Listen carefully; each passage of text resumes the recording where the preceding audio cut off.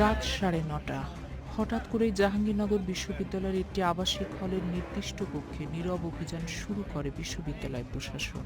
গোপন সংবাদের ভিত্তিতে চালানো এই অভিযানে প্রথমে চোখে পড়ার মতো কিছু পাওয়া না গেলেও ঘরের ভেতর তল্লাশি চালানোর এক পর্যায়ে বিছানার নিচে লুকানো অবস্থায় মিলতে থাকে একের পর এক বোতল।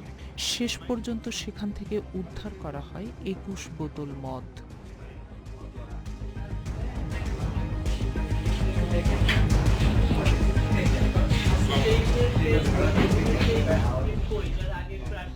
বিশ্ববিদ্যালয়ের সূত্র জানায়, ঘটনাটি ঘটে জাতীয় কবি কাজী নজরুল ইসলাম হলের 723 নম্বর কক্ষে।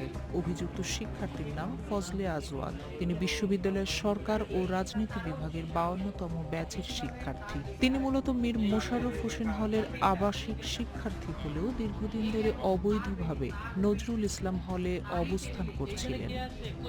এ বিষয়ে অভিযুক্ত ফজলে আজওয়াদ বলেন, আমি কোনো মদের ব্যবসায়ী নই। ফ্রেশার্স নাইটে বন্ধুদের নিয়ে পার্টি করার জন্য এসব মদ আনা হয়েছিল। তবে হঠাৎ এক বন্ধুর বাবার মৃত্যু হয়, পার্টি করা সম্ভব হয়নি। সে কারণে মদগুলো রুমে রাখা ছিল।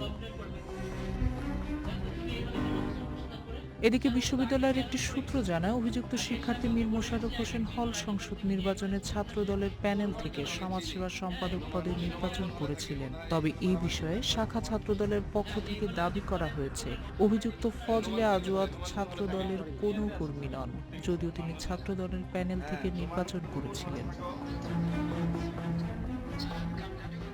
ঘটনার বিষয়ে বিশ্ববিদ্যালয় প্রশাসন প্রয়োজনীয় ব্যবস্থা গ্রহণের প্রক্রিয়া শুরু করেছে বলে জানা গেছে।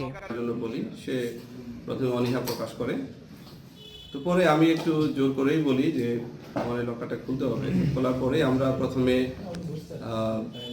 9 বোতল ভদকা পাই। তো এরপরে যেহেতু আমার সন্দেহ হলো যে আরও থাকতে পারে, তো পরে আমাদের স্টাফ যারা আছে বললাম যে তুমি খাটের নিচে চেক করো। তো খাটের চেক করার পরে আরও 8 বোতল ভদকা এবং 3 বোতল হুইস্কি পাওয়া যায়। তো আমরা এখন এই পর্যায়ে যেটা করতে পারি সেটা হচ্ছে যে ইউনিভার্সিটির শৃঙ্খলা বিধি আছে, সেই শৃঙ্খলা বিধি অনুযায়ী আমাদের যে শিক্ষার্থীর বিরুদ্ধে ব্যবস্থাটা নেওয়া হবে। এগুলো এখন আমাদের যে প্রক্টর অফিস আছে সেটা আমি প্রক্টর অফিসে পাঠিয়ে দেবো এবং ওর এগেনস্টে তদন্ত কমিটি হবে। এখানে ও একাই এটার সাথে জড়িত নাকি অন্যান্য স্টুডেন্টরাও এর সাথে ইনভলভ আছে সেটা আমরা বের করার চেষ্টা করব।